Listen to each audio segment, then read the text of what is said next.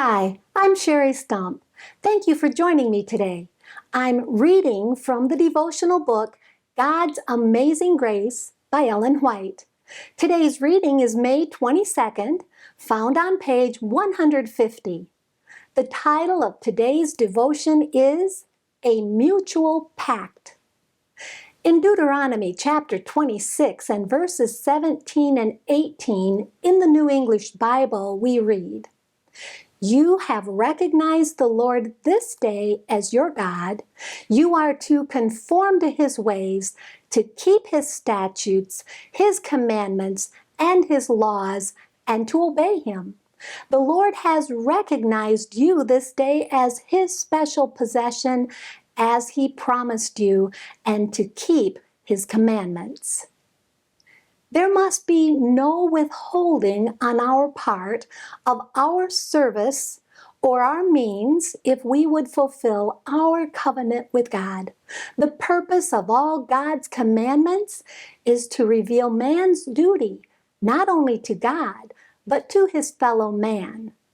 In this late age of the world's history, we are not, because of the selfishness of our hearts, to question or dispute the right of God to make these requirements, or we will deceive ourselves and rob our souls of the richest blessings of the grace of God.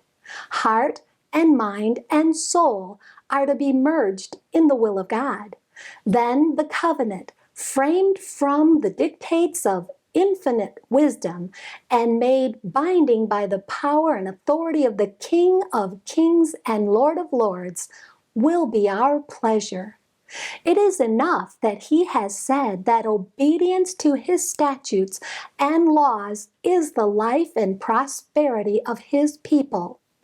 The blessings of God's covenant are mutual. God accepts those who will work for his name's glory, to make his name a praise in a world of apostasy and idolatry. He will be exalted by his commandment-keeping people, that he may make them high above all nations which he hath made in praise and in name and in honor. Deuteronomy 26:19. By our baptismal pledge, we avouched and solemnly confessed the Lord Jehovah as our ruler.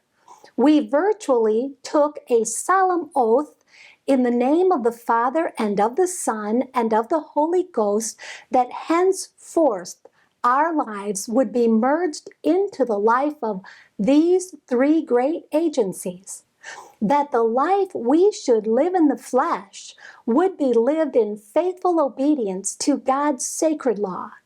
We declared ourselves dead and our life hid with Christ in God, that henceforth we should walk with him in newness of life, as men and women having experienced the new birth.